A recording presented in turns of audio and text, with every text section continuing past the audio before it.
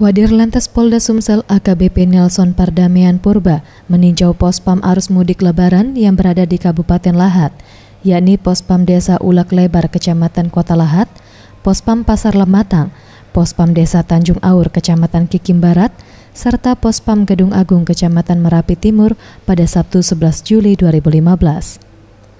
Dalam kunjungannya, Wadirlantas memeriksa kesiapan para personil jaga serta kelengkapan pendukung, meliputi unit kendaraan siaga bencana, mobil ambulans, alat kesehatan, alat komunikasi, dan tempat istirahat untuk pemudik atau rest area.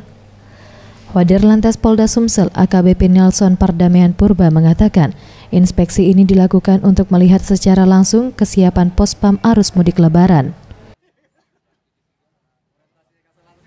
Kita melakukan pengecekan sejauh mana kesiapan sesuai dengan laporan dari masing-masing pejabat satuan kewilayahan pada saat rapat koordinasi maupun pada saat apel gelar pasukan. Nah, kita mau mengecek apakah sesuai dengan apa yang dilaporkan. Nah, ternyata setelah kita lihat secara lapangan, secara aktual bahwa memang jajaran sudah siap.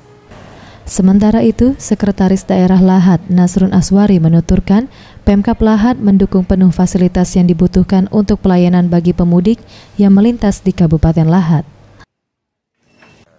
Pemda Lahat ini sifatnya satu memberikan fasilitas.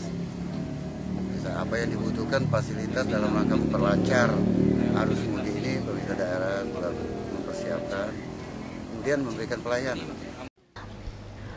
Untuk menghindari kecelakaan saat berkendara, bagi para pemudik dihimbau untuk mentaati rambu-rambu dan peraturan lalu lintas yang berlaku. Zulfikri, Sriwijaya TV.